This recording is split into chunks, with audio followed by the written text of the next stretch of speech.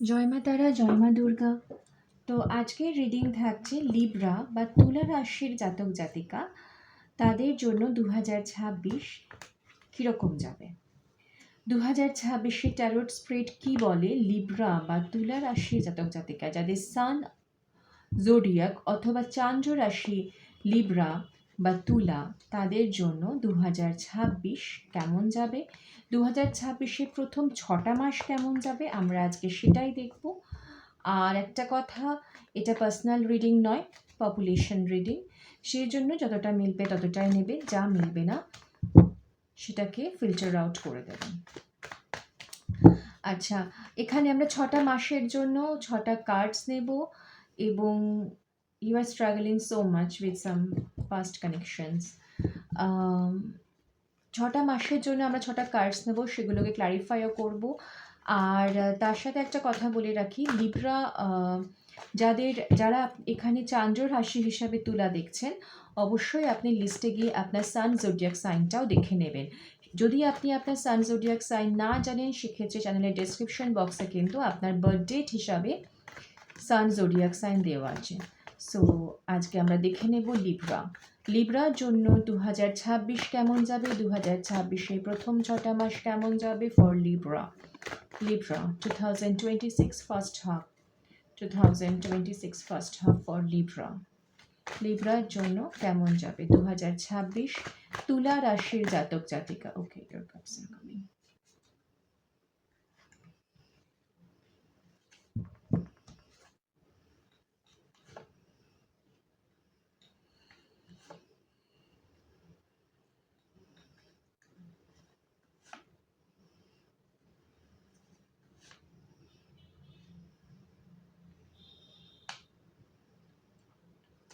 Clarify the cards please.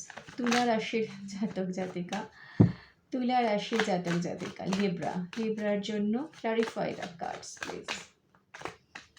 Thank you so much. Clarify the cards please. January, February, March, April, May, June.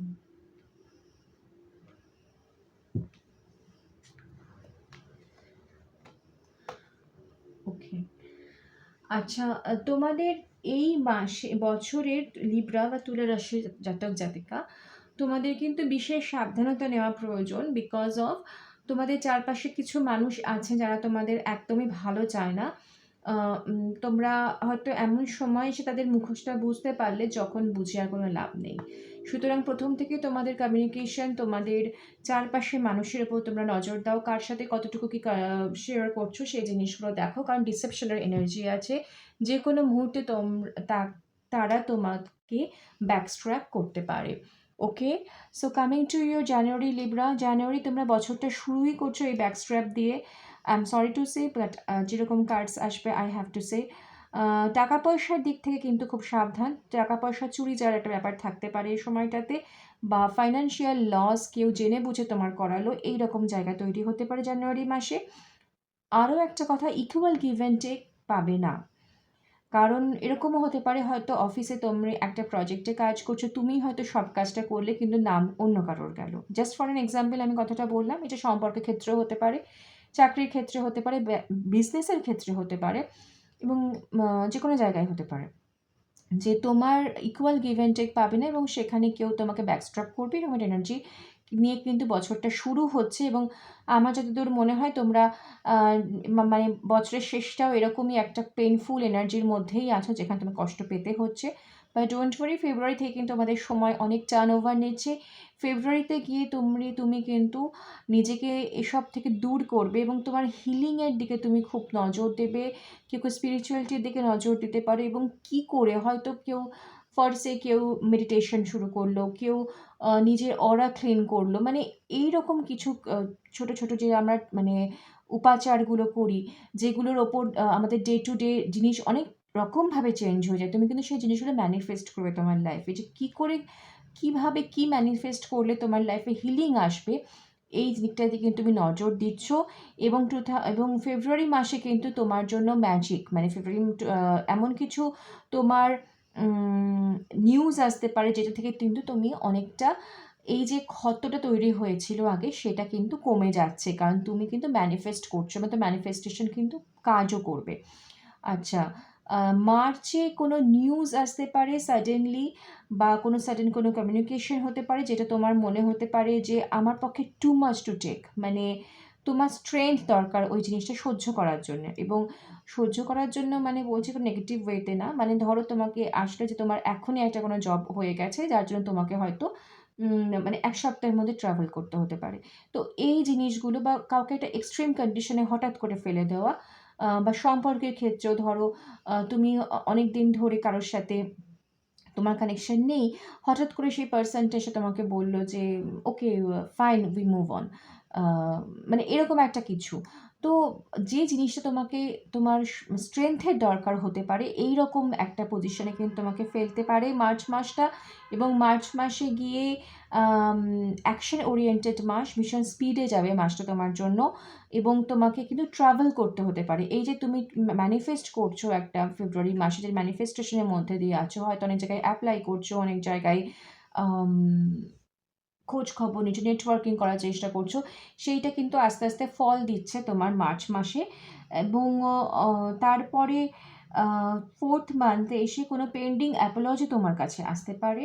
কারোর ক্ষেত্রে কিন্তু new লাভের একটা জায়গা তৈরি হচ্ছে, বা একটা প্লেফুলনেসের জায়গা তৈরি হচ্ছে। কোনো পেন্ডিং অ্যাপোলজি যেটা কিন্তু তোমাকে এই যে ক্ষত সৃষ্টি করছে তোমার মনে এই এন্ডিং অফ দ্য ইয়ার বা শুরুর দিকে, সেইগুলো থেকে কিন্তু একটা অ্যাপোলজি, একটা রিলিফের জায়গা আসবে। তুমি হয়তো সেখানে খুব একটা এন্টারটেনমেন্ট করবে না সেই পার্সনটাকে, বাট তোমার সোড দাঁড়িয়েই থাকবে, like you are having your sword just upward. হ্যাঁ, যে কী বলছো ঠিক করে বলো টাইপের, কিন্তু সেদিক থেকে হয়তো তোমার কাছে অ্যাপোলজি আসতে পারে। 5th মান্থে এসে লিব্রা, তুলা রাশির জাতক জাতিকা, তোমাদের জন্য কিন্তু হতে পারে কোনো ইন্টারভিউ ক্র্যাক করার জায়গা তৈরি হতে পারে। তোমরা ভীষণ খাটাখাটনি করছো, কম্পিটিশনের মধ্যে আছো, চারিদিকে ৪ জন ৪ রকমের কথা বলছে, but you are working very hard and your work is going to pay of.